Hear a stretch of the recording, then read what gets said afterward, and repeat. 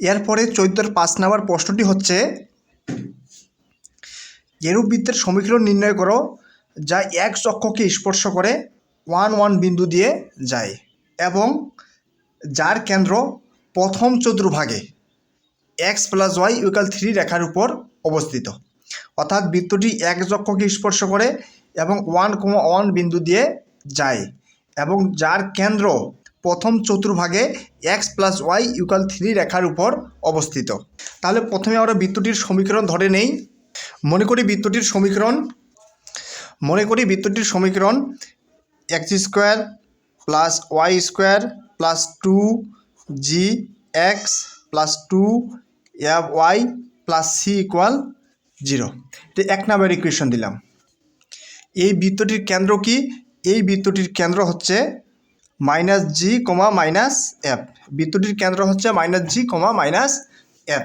এখন বৃত্তটির কেন্দ্র -g, -f, কেন্দ্র -g, -f।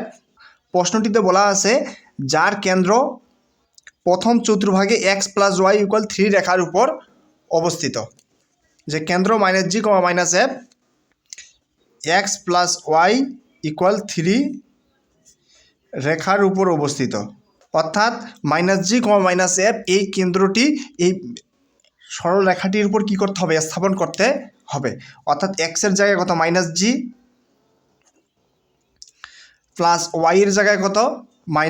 -f equal 3। এখন উভয় পাশে মাইনাস দ্বারা গুণ দিই, তাহলে আমরা কি লিখতে পারি? g প্লাস f ইকুয়াল কত? -3। এটা আমরা 2 নম্বর ইকুয়েশন দিতে পারি। এখন এই যে এক বৃত্তটি x square plus y square plus 2gx plus 2y plus C equal 0, এটা হচ্ছে নির্ণয় সমীকরণ। এই নির্ণয় সমীকরণটি এই যে এক অক্ষকে স্পর্শ করে আবার কত বিন্দু দিয়ে যায়? 1, 1 বিন্দু দিয়ে যায়। 1, 1 বিন্দু দিয়ে যায়। এই যে এক বৃত্তটি 1, 1 বিন্দু দিয়ে যায়। অর্থাৎ নির্ণয় বৃত্তটি অর্থাৎ 1 নম্বর বৃত্তটি কত বিন্দু দিয়ে যায়? 1, 1 বিন্দু দিয়ে যায়। অর্থাৎ 1, 1 বিন্দুটি এই বৃত্তের উপরে কি করতে হবে? স্থাপন করতে হবে। অর্থাৎ এক্সের জায়গায় কত? 1 এবং ওয়াইয়ের জায়গায় কত? 1। তাহলে এই যে 1 স্কোয়ার প্লাস ওয়াইয়ের জায়গায় কত? 1, তার উপরে কি স্কোয়ার প্লাস 2gx, এক্সের জায়গায় কত? 1 প্লাস 2fy, ওয়াইয়ের আসলে কত? 1 প্লাস সি ইকুয়াল 0। এখন 1 স্কোয়ার, 1-এর উপর স্কোয়ার মানে কত? 1 প্লাস 1-এর উপর স্কোয়ার মানে কত? 1 প্লাস কত? 2g প্লাস কত? 2f plus C equal 0। এখন 1 প্লাস 1 কত লিখতে পারি? 2 লিখতে পারি। প্লাস 2টা কমন যদি নেই তাহলে কি পাওয়া যায়? g প্লাস কত? f plus C equal 0। এই যে 2 প্লাস 2g প্লাস f,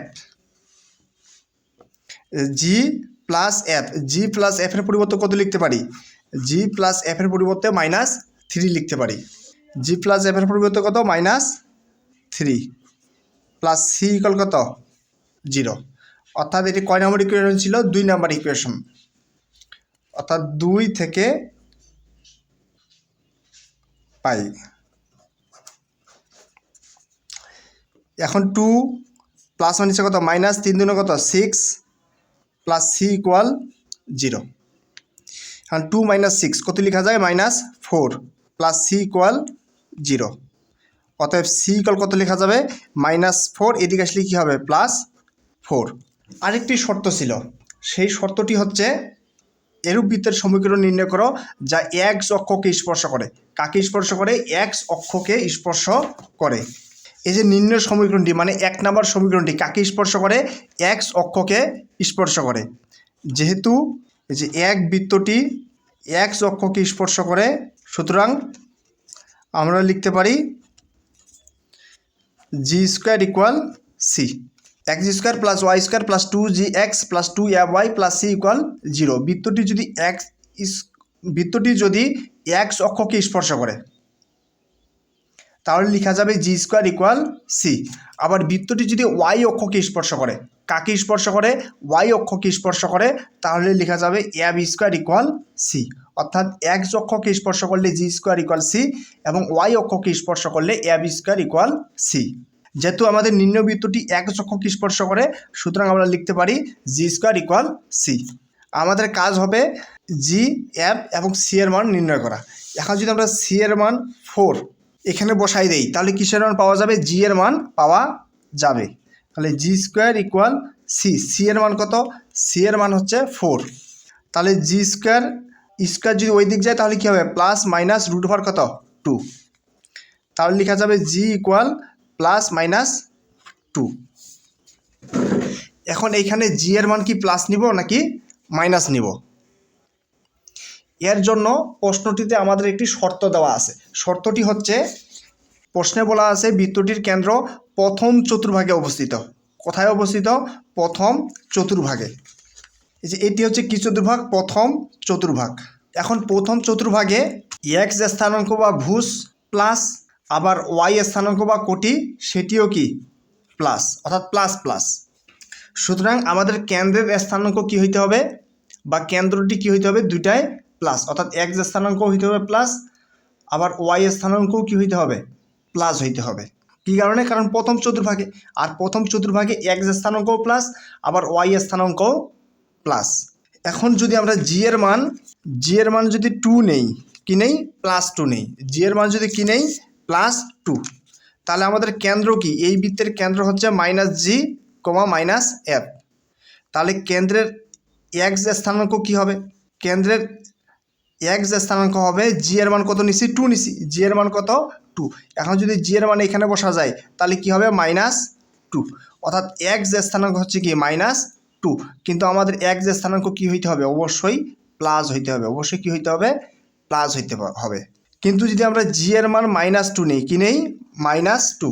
জি এর মান যদি আমরা কি নেই? মাইনাস 2, তাহলে কেন্দ্রের এক্স স্থানাঙ্ক কি হবে? এই কেন্দ্রের এক্স স্থানাঙ্ক হবে এই যে মাইনাস জি। কারণ জি এর মান কত? মাইনাস 2। জি এর মান মাইনাস 2, অর্থাৎ এই যে মাইনাস, আর জি এর মান কত? মাইনাস 2, অর্থাৎ মাইনাস মাইনাস কত? প্লাস 2। এই ক্ষেত্রে অর্থাৎ জি এর মান যদি আমরা মাইনাস 2 নেই, জি এর মান যদি আমরা মাইনাস 2 নেই, তাহলে কেন্দ্রের এক্স স্থানাঙ্ক কী হয়? প্লাস হয়। কেন্দ্রের এক্স স্থানাঙ্ক কী হয়? প্লাস। আর আমাদের কি লাগবে? কেন্দ্রের এক্স স্থানাঙ্কই লাগবে, প্লাসেই লাগবে।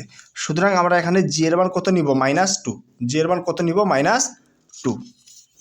এখন জি এর মান কত? মাইনাস 2।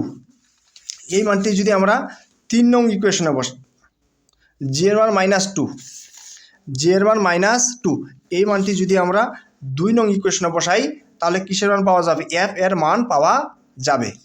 যে জি এর মান 2 নং সমীকরণে বসাই। 2 নং সমীকরণটি কী ছিল? 2 নং সমীকরণটি ছিল G plus F equal minus 3। হ্যাঁ, জি এর মান কত?